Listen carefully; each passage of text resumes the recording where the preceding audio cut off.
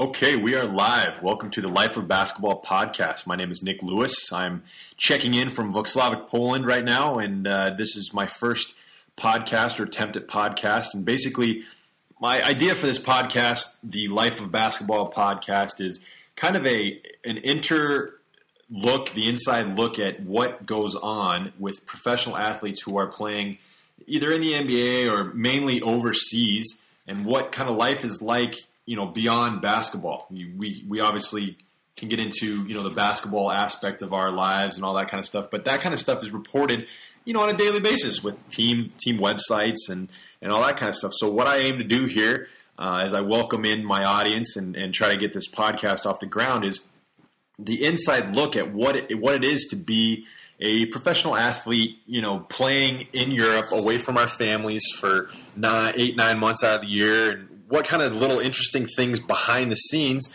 that you may not see on a daily basis or hear about on a daily basis about professional athletes. And, so that's kind of my goal with this podcast. And, through the podcast, and, hopefully it gets successful and people start enjoying it and it gains a little more popularity. We can have more guests on, and kind of my goal is to include former teammates of mine, people I've played on teams with or gone through summer leagues with, or had college experiences with, and just kind of talk to them and bring them in and have them share their experiences for us to talk about, the lighter side of sports, and maybe even the darker side. Who knows? The experiences of, like I said, being away from our families and playing basketball overseas, and what it's all about, learning little customs, going to the grocery stores, and God knows countries all over the world, and not knowing languages and stuff. So that's basically what we're getting into. So this is the Life of Basketball podcast, and welcome you to the very first episode.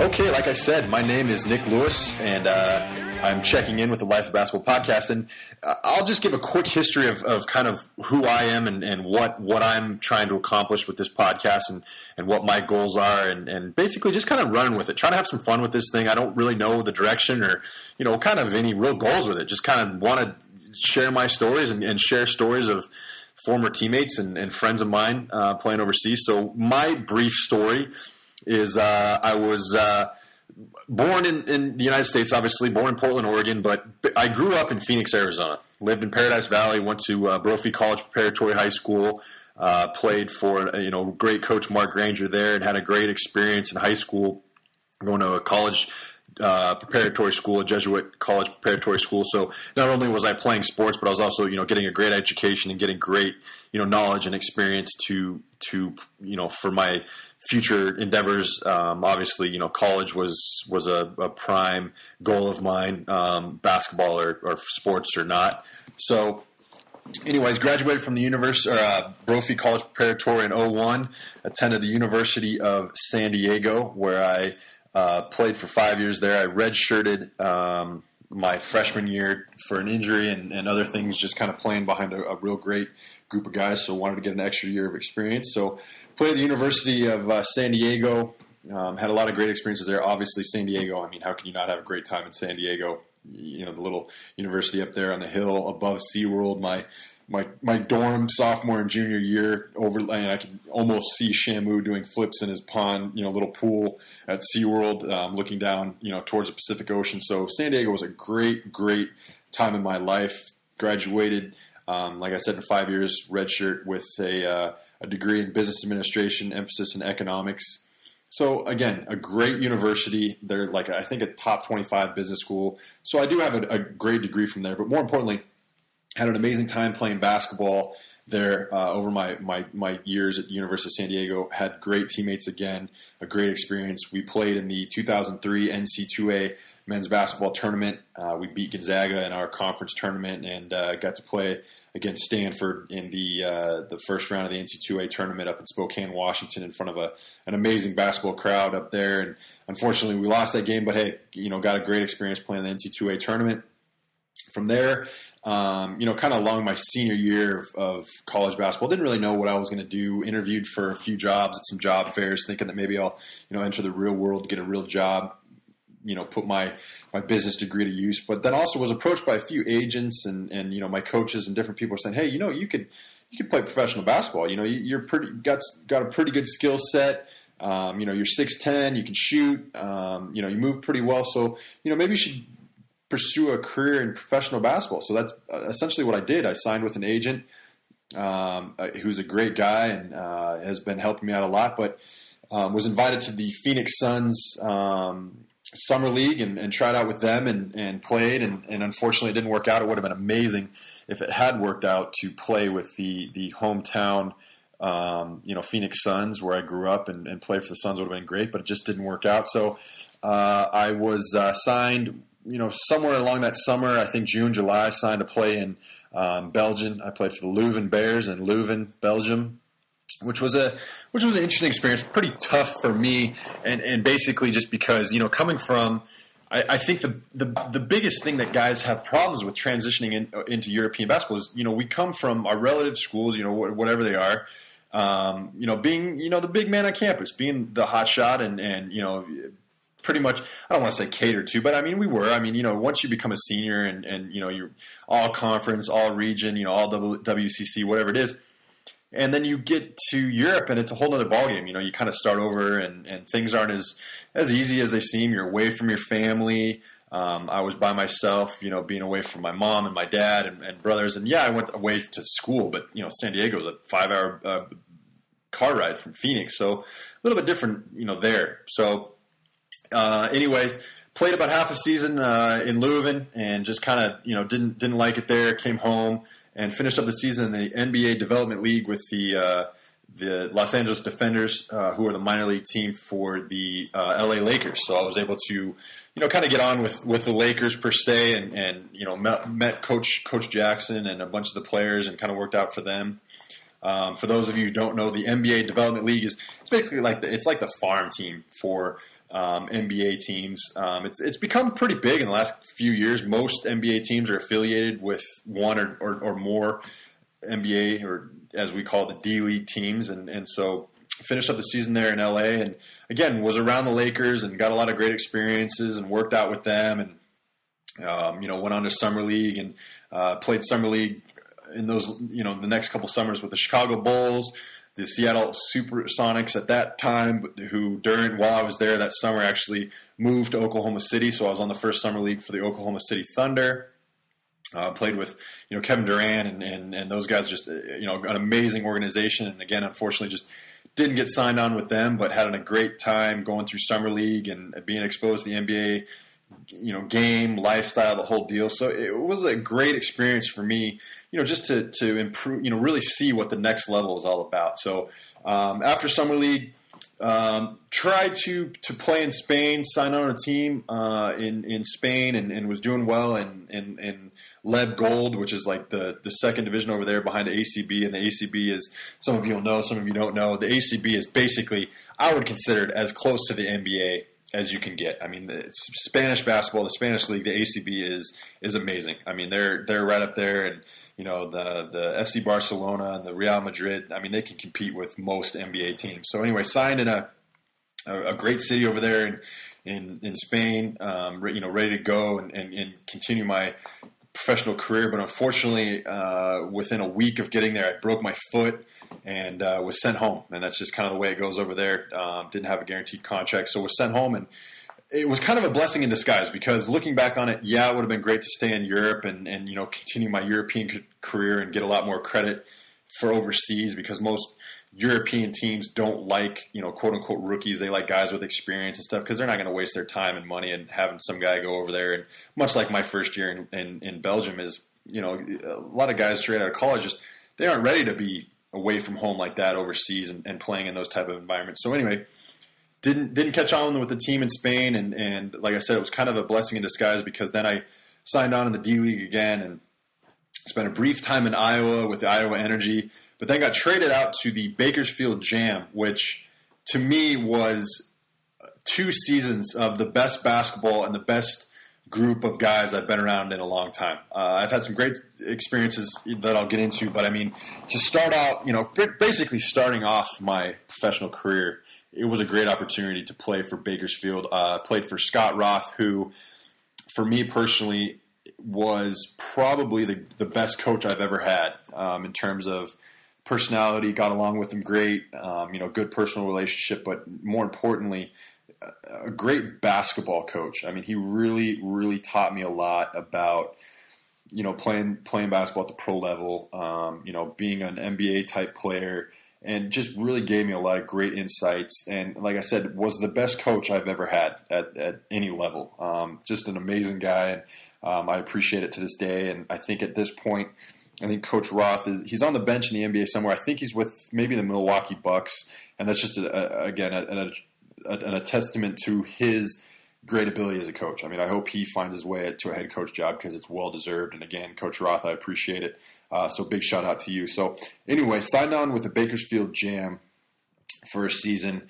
Was it back in like 06, 07, something like that. And while in Bakersfield, the team signed Mateen Cleaves, who won a national championship at Michigan State, played in the NBA for a bunch of years. So he was my point guard. Played with Trey Johnson, who's an amazing swing man who's in the NBA right now, playing with New Orleans. Just an amazing group of guys, and we did really, really well our first year. Kind of meshed together, and just had an amazing time in Bakersfield playing for Coach Roth, and just having a great experience at the professional level, and on and off the court. The guys were a great group of guys, and so again went through another summer league, and that was the summer I played with Oklahoma City, and through summer league, and got that more experience, and then decided to let's try to play in the D League again. And again, looking back, hindsight's 2020. Probably should have not played in the D League for my own career wise and maybe financial wise, as I probably should have gone over to Europe and established myself in Europe. But looking back, like I said, hindsight's 2020, and who would have known that the economy went to where it was, and the contracts started to decline, monetarily, and economies of the world just really, really got hit. And unfortunately, you can't predict that kind of stuff. But I signed to go back to the D League for my second season, again with the Bakersfield Jam. And we were able to basically have this exact same team again with, Mateen Cleaves and Trey Johnson. And we signed Derek Byers, who is still to this day, of all the people I played with, one of the best, swingman score, three-man scorers that I've ever played with. I mean, the guy could just score the basketball. So we started off, I guess that was the 07-08 season in Bakersfield, and I think we won maybe 18 of our first 22 games or something like that. I mean, we were on fire and just playing really, really well. And, guys were getting looks at from, NBA teams. NBA scouts were in the gym at all the time, which is a great, opportunity. And I think that's why I try to stay in the D League, is every night you got NBA GMs, NBA coaches or whatever in the gym watching you play every night. So, we were all hoping for that call up, our 10-day contracts with this and that. And a couple of the guys did receive contracts.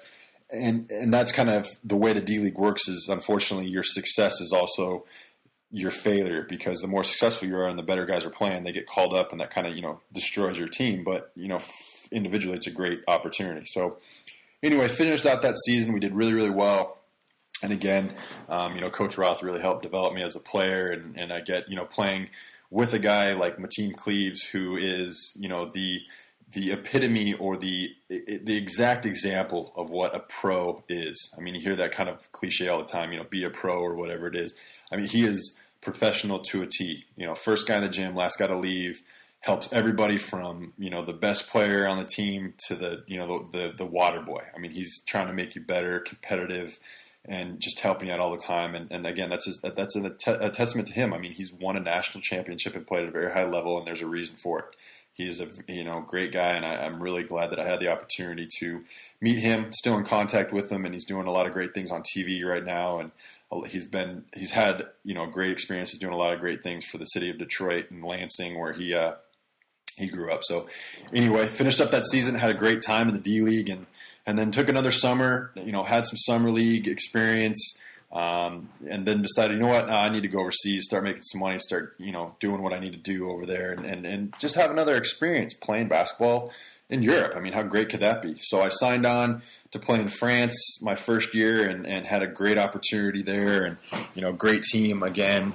I've been really fortunate. I've had some great teams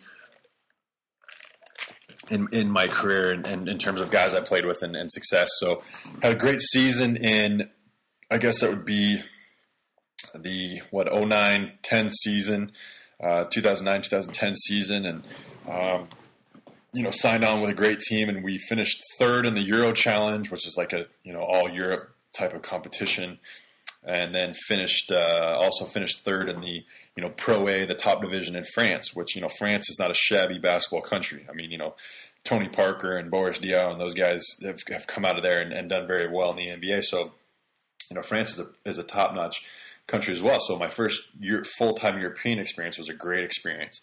Came home after that year and continued to work hard and spent a great amount of the summer, just kind of the thing that is kind of a bummer about European basketball is a lot of guys don't sign multi-year deals. I mean, it just doesn't happen. You don't sign for continual years. I mean, each year you kind of finish your season. Hopefully you got good stats, good reputation, this and that, and you got to kind of go out and work with your agent and, sell yourself again and have to get signed by, another team, maybe another country, another league, all that kind of stuff because, like I said, a lot of guys don't sign multi-year contracts because with the team you're with, you never know if you're going to actually have the same sponsors, the same money, the same coach.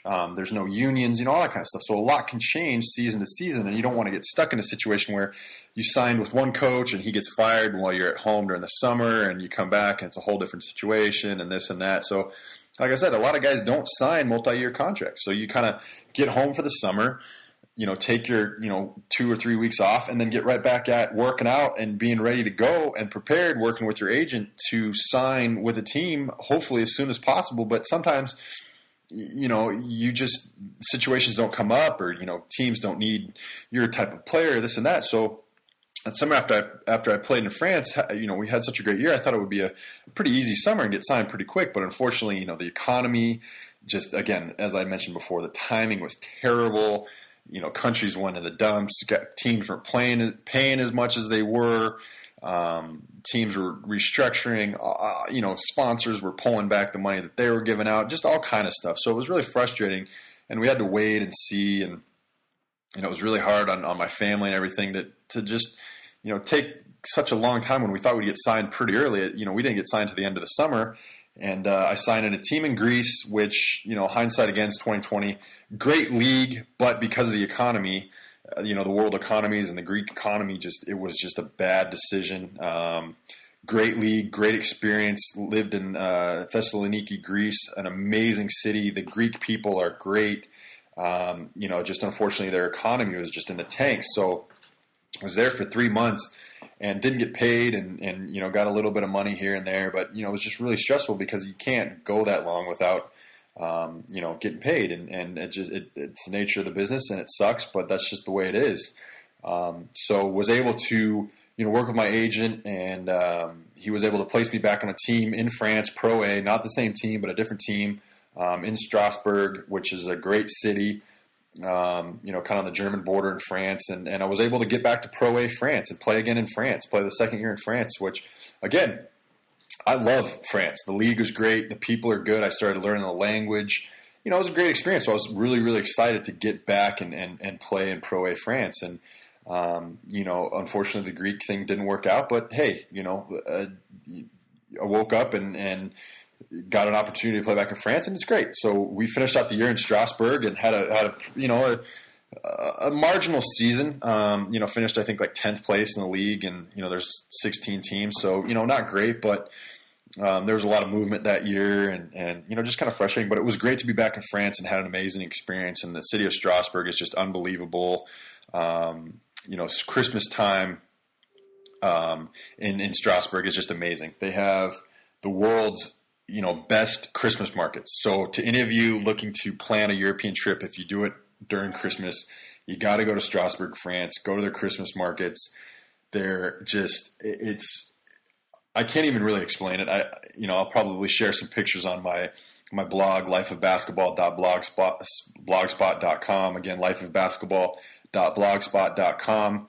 The picture, the summer market's unbelievable. They serve hot wine, which is it sounds weird, but it's just amazing. And the smell and the air of the hot wine and, the amazing French pastries and they just in any city square, any open space, they set up these, like little wooden huts basically. And people sell all kind of homemade trinkets and Christmas decorations, Christmas ornaments, food, clothing, just whatever you can imagine. It's basically like a farmer's market, for a month and a half during Christmas, starting right after our Thanksgiving, running through the first of the year. So it's an amazing time. So again, any of you who are looking to find an amazing, kind of Christmas vacation, Strasbourg Christmas markets, the city of Strasbourg in France, highly, highly recommended. So anyway, that's where I finished up. Last season was in France, and again went home, and for the 3 short months that I'm home in the summers, mainly June, July, August, summers fly by. I mean, 3 months can be it's a long time. I mean, 90 days, that's a long time, but for somebody like me who is gone 8-9 months out of the year, those 3 months fly by really fast because you have to try to jam as much as you can into 3 months. See all your family, see all your friends, do as much as possible. You got to be working out. Sometimes you got to go to work out so teams can look at you and, just spend a lot of time doing the things that you miss the whole year when you're gone. So 3 months flies by really, really fast. And it's stressful again because you're working on signing again for the next year. You don't know where it's going to be. You don't know who it's going to be with. You don't even know the country it's going to be in. So, I was hoping I was going to get back to France, but just didn't work out. So this year I signed for a Polish team, Anvil, and it's been good. It's been really good. The city's small, but the fans are intense. We've been doing pretty well so far. We're just about to get into the playoffs, and it's been a great experience. I mean, who would have ever thought that I'd end up in Poland? I mean, that's the beauty of basketball is it's taken me to some amazing places and some amazing experiences that I will get into. With this podcast. And again, that's kind of my goal is, you can find out, basketball scores, stats, all the basketball type stuff. And everybody sees the quote unquote glory of, you're playing professional basketball and all that kind of stuff. Everybody sees that on the team websites, like I said, and, you guys are having such a great time, which we are. Absolutely.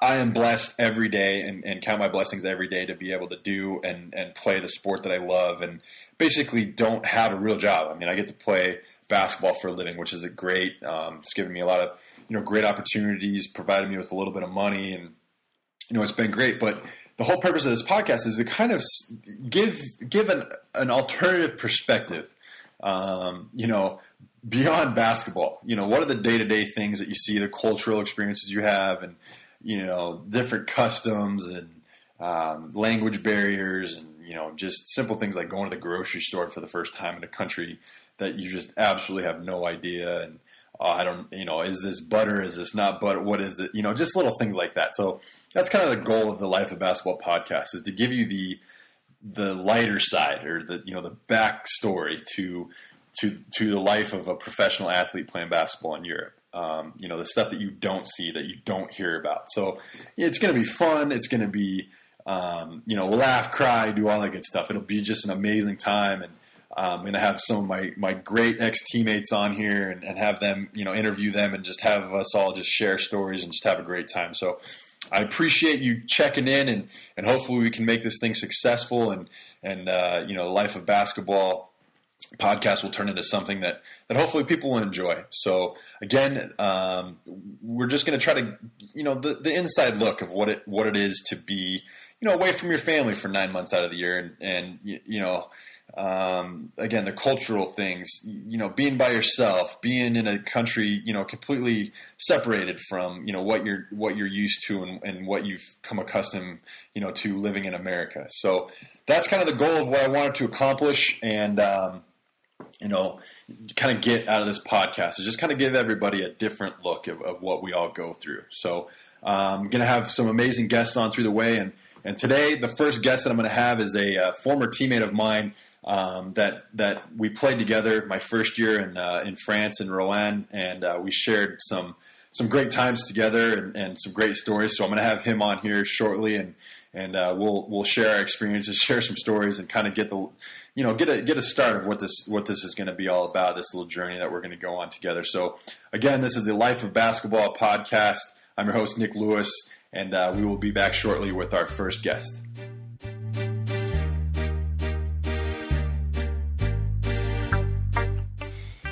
All right. Welcome back to the Life of Basketball podcast. Again, this is your host, Nick Lewis. And as I mentioned earlier in the earlier part of the podcast, what I'm going to do now is bring in one of my former teammates and colleagues, friends. Friends in my eyes anyways. He might tell you differently, but we played together a couple years ago back in France, in Rouen. And with no further ado, because none is needed, Etienne Brouwer. What's up, buddy? Hello, Nick Lewis, my old friend. What is happening? Not much, man. I'm out here in France right now rehabbing my knee. I had microfracture surgery, so I'm actually chilling in a hospital bed right now in this nice little rehab clinic. Nice. Gotta love that. Yeah, life's good, man. So you got your Amari on, huh? The microfracture surgery? Yeah. I got my Amari on, so hopefully I can come back like he has physically and not. Hopefully play better than the Knicks have been, but otherwise, yeah, I'm first major. Well, I had another surgery 4 years ago, and that worked out well. So hopefully this one works out just as well, and I'll be all right next season. Nice, man. Yeah, Linsanity. There we go. Your New York Knicks. So give it real quick, just so the people back home listening, whatever, in the podcast universe, kind of know a little bit about yourself. Give us the little synopsis, the Cliff Notes 5 minutes. Who is Etienne Brouwer, also better known as E? So a little synopsis. As I mentioned, my Knicks. Born and raised in New York. I live in Long Island, right outside of Queens. I played basketball for West Hempstead High School, won a county championship, and then I went on to Boston University for 2 years. Hated my coach, left, went to UMass, played over there for 3 years. Had a good season. We went to the NIT championship. Lost the NIT championship, unfortunately, in the Garden, but had a very good senior year. And then I traveled on to play pro in Rouen in France. And my second year of my contract, I met up with yours truly, Nick Lewis. And since then, I've played 2 more years. This would have been my 4th year. But like I said, I've been hurt, and now I'm over here talking to you, my friend. Hey, that's awesome. So what you kind of have an interesting. I wouldn't say, I don't know if interesting is the right word, but I guess it's interesting, kind of your family history. Like what is your kind of background? Because you have had the ability to play as a Frenchman, as it were. Mm-hmm. Well, my dad is from New York as well, but my mother is from the south of France. And my dad actually played pro in Spain and in France for about, I want to say between 7 or 8 years. I think he played over here. And then he ended up, one of his teammates was friends with my mother, and apparently one day my dad was walking down the streets of Toulouse, I believe it was, one of the major cities in France where he was playing at the time, and he walked by my mom, and I guess she thought he was sparks were flying, huh? Yeah, I guess she'd think he was a jive turkey since this was the 70s. So she saw him and she thought he was attractive and whatnot, and I guess she, told my dad's friend, who was actually a mutual friend, that she wanted to meet him or whatever, and then I guess they had a party one night and they met up, and I guess, like you said, sparks flew, and ever since they've been married for almost 30 years now, and neither one of them spoke the other person's language, so my dad ended up learning French, and he speaks fluently now, just with an English accent, obviously, and my mother's the same, speaks English, but didn't have any of the language herself. And like I said, I guess it's true love. So 30 years and didn't speak a word to each other, so I have no idea what they were talking about the first time they met, because it must have been ridiculous. A lot of hand signals and body movements, huh? I have no idea. I don't want to know how my parents' relationship started. I really don't. But I'm sure. But in the end, it worked out great for you though, because you do have 2 passports. You have dual citizenship, so you get to play as a foreigner. Yeah, and the great thing is, like Nick knows, it's a lot tougher for Americans to get a spot on a Spanish team or French team or Italy, Germany, what have you, just because there's there's a lot of what's the word? There's a standard for each team. For every league, there's a different quota, I guess you could say. So every team has to reach in French Pro A. Now you have to have French players, which are JFL, which stands for Joueurs Formés Localement, which means... Oh, hey, that's going to get the chicks right there, man. Keep speaking French. French formed players, and I actually was like an exception to the rule because I didn't grow up playing here, but normally you have to play a couple of years when you're growing up between like 16 and 18 or something to be considered a French player, and a lot of times the talent is, they're a little less talented basketball-wise overseas as they are in America because, it's a bigger sport in America than it is overseas. So me playing as a French player, I don't fill the quota of Americans, but I also, have the background of an American player. So it's definitely... Yeah, you don't count against the quota, but it's a huge advantage. So thank you, Mama and Papa Brower, for that one.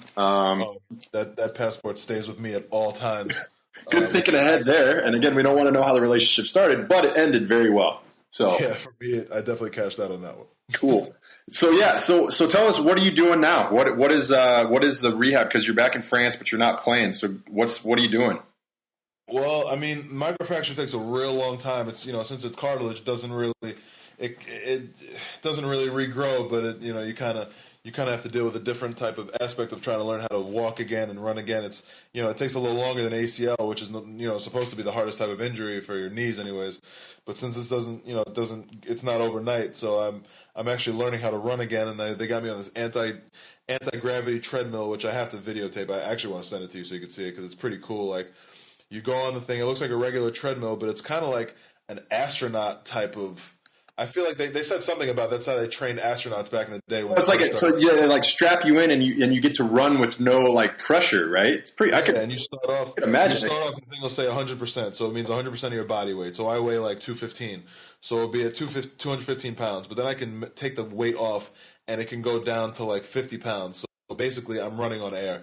And I could, if you know how to run correctly already, it's not as useful. But if you don't, if you're coming back from a major injury, or they say a lot of the elderly use it to when you come back from a stroke or what have you, like get your basics down. So it's very useful for somebody who hasn't run in 5 months. And I definitely, I'm up to 75% now. I'm gonna be able to try to use it.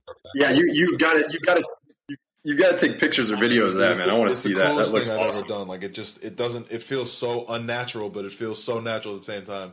Like you feel like you're on the moon. Like I said, but I told you before, it feels like Buzz Lightyear. Like you're just jumping around all over the place. Etienne Buzz Lightyear, man. I like that. So, and again, because you are French, this is all picked up by the French taxpayers, right? That's why I believe in my man Barack Obama, because that universal health care is no joke. Like over here, they pay for everything. Like as long as you're a French citizen, you get everything paid for. Like I'm not paying anything out of pocket.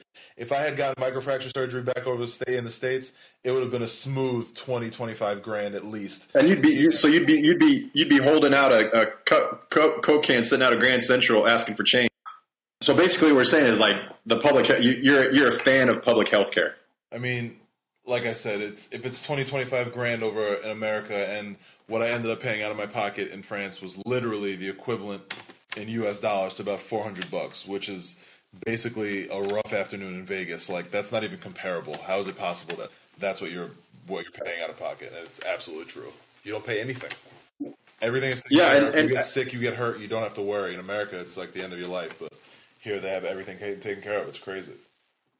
It is a crazy lifestyle because, like I said, when living most places in Europe, but especially in France, I mean, we had kind of joked in the past, but like if you haven't gone out the day of the game, we usually play on Saturdays. If you hadn't gone to the grocery and prepared yourself for Sundays, you were SOL, man, because Sundays. The world is dead. Nothing is open. It's like on that movie Friday when Ice Cube tries to like pour his cereal into the bowl and he sees he has no milk. If that happened on Sunday in France, you're not getting milk that day. You're just putting water out of the faucet into your cereal. Everything is closed from Sunday until Monday. And even most things are closed. They say a lot of things are closed on Monday. Well, yeah, at least half the day. I mean, the banks are not open. I mean, don't try to send money home on Monday. Like literally every Saturday, it's just a madhouse trying to go to Leclerc and Carrefour and all that stuff that you remember. You go over there, everybody, it's just a madhouse trying to get all the food that you need for 2 days because you literally won't be able to do anything on Sunday. Everything closes. But that's just they just relax. They really know what it is to just take it easy. And what I kind of noticed and what my dad had actually said when he came to visit when we were in France the last 2 years is he had said, people, they just work to live. They don't live to work. So I mean, they, from noon to 2 is lunchtime. and it's more like 11:15 to 2:45. But you're not going to the bank or the local store for those hours. You're done. It's basically the same the equivalent of what they got. What is it, siesta in Spain? You just relax. Like they're not doing. Yeah. They're not moving at they're moving at snail's pace. If you call for something that you need urgently to start at noon, it's not going to happen if you call at 11:50 because they're already gone. We're out of here. We're just going to relax, drink our wine, and eat our cheese and some baguettes and just hang out. But we're just so stressed. Like as Americans, we stress out all year, and people are trying to make ends meet. And granted, I mean, I understand, grinding and being on your hustle for trying to make more money and the American dream and all that. And that's great. Like, don't get me wrong. We're just the complete opposite here. Everybody makes their ends meet. Everybody is just content with having a decent job, a decent house, a decent car because they have no stress. They just relax. Yeah. I mean, your car over in Europe is a tool. In the States, it's like it's part of your, like you said, it's part of your swag.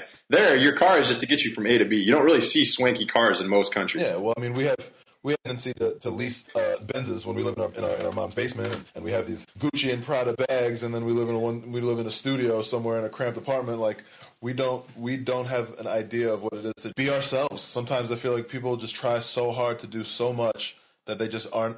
You're not able to put everything on your plate at once, and here they don't have to worry about it because their plates are just filled with cheese and bread.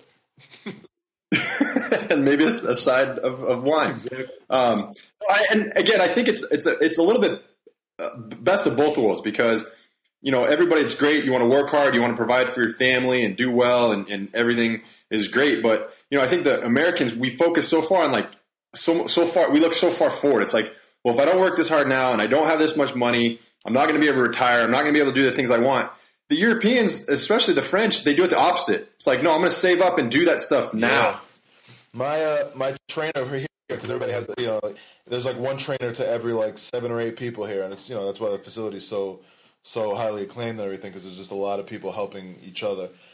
This woman works. They have a thing called RTT, so you're allowed to work 35 hours a week. Anything over, you don't get paid overtime. You get paid in time off.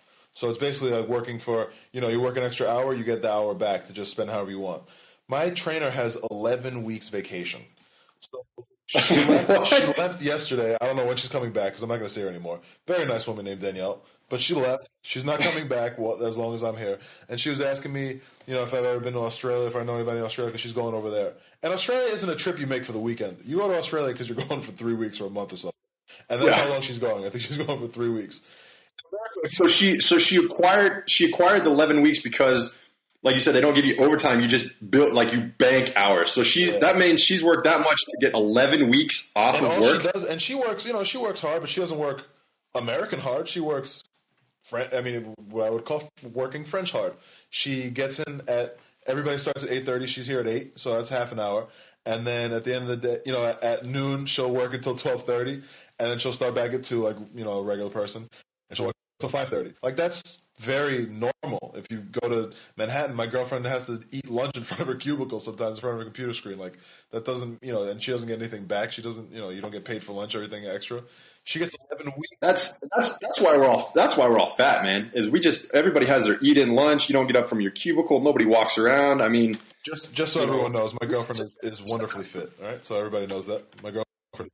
I'm not talking. Okay, really? You thought I was taking it? Come on. We know we love the Irish chick. Come on. Shout out to Aileen Keevan. Love that girl.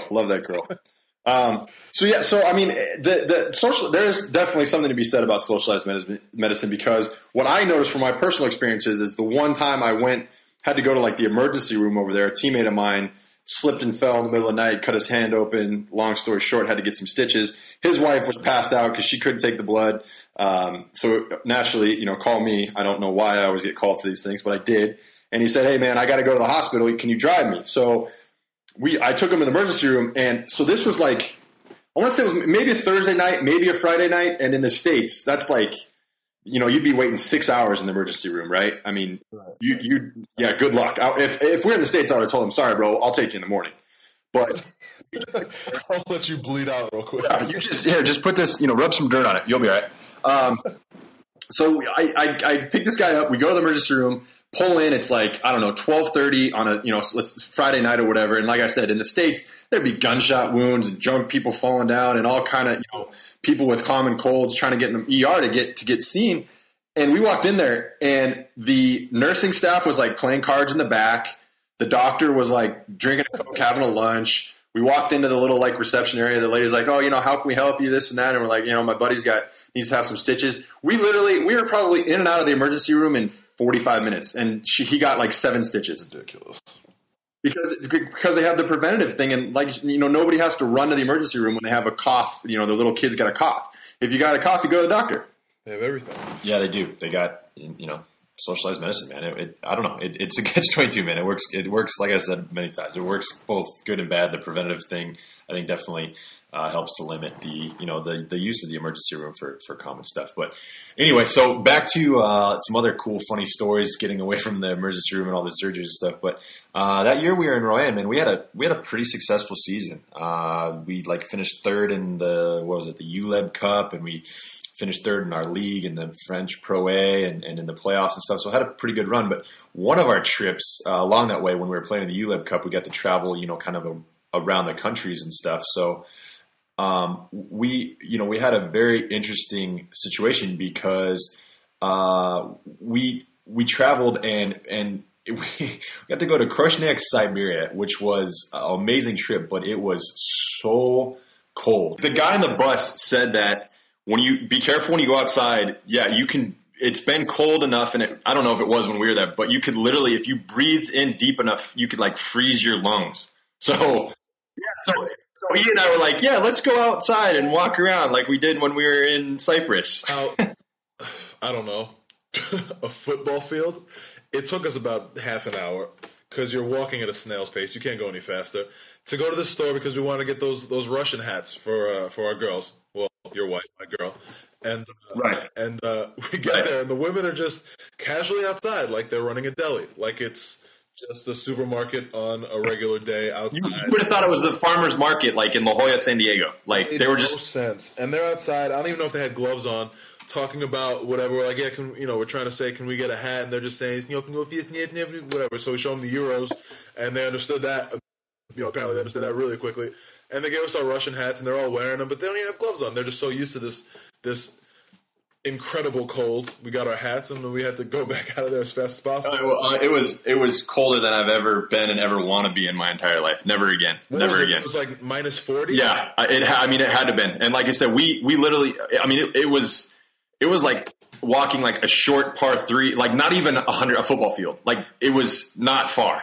And oh my God, our feet were, because what are we walking around in? Tennis shoes and sweatpants. And these people, obviously they're a little bit more equipped, but good Lord. Yeah, but they could probably dress the way we were and they'd be fine. I'm not used to that.